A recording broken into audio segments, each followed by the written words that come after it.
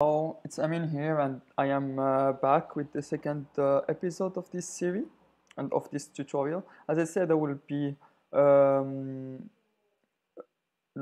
focusing on Python in depth a bit, and I will be also um, doing it from the sources that are a bit more legit, like the documentation, the standard documentation of Python, and the other standard documentations. So it will be from those serious um, sources, and I will try to make them as simple as and as graspable as possible.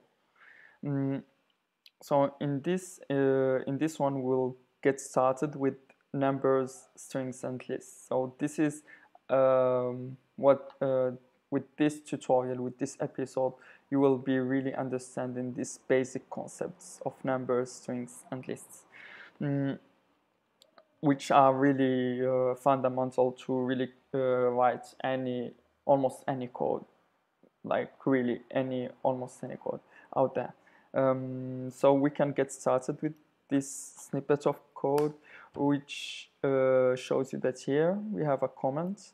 Here we have a second comment after. This is a variable with an assignment. We have like after this we would have like n. If we try to run what is n, it will be 1, and if we try to find what is, for example, text, it will be this is some text. So we are made easy. We are putting that value we are seeing there inside this variable. So n is a variable here, variable, and n and text, of course, are variables, and text are variables, and we can put anything kind of inside of them.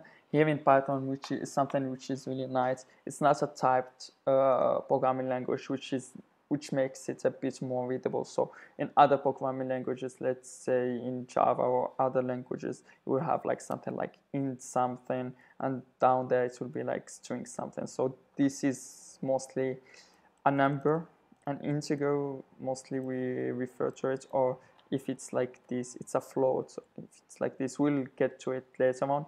And this is basically a string. It's a collection of text. It's like just a collection of characters, which is a text. Going forward with this, we will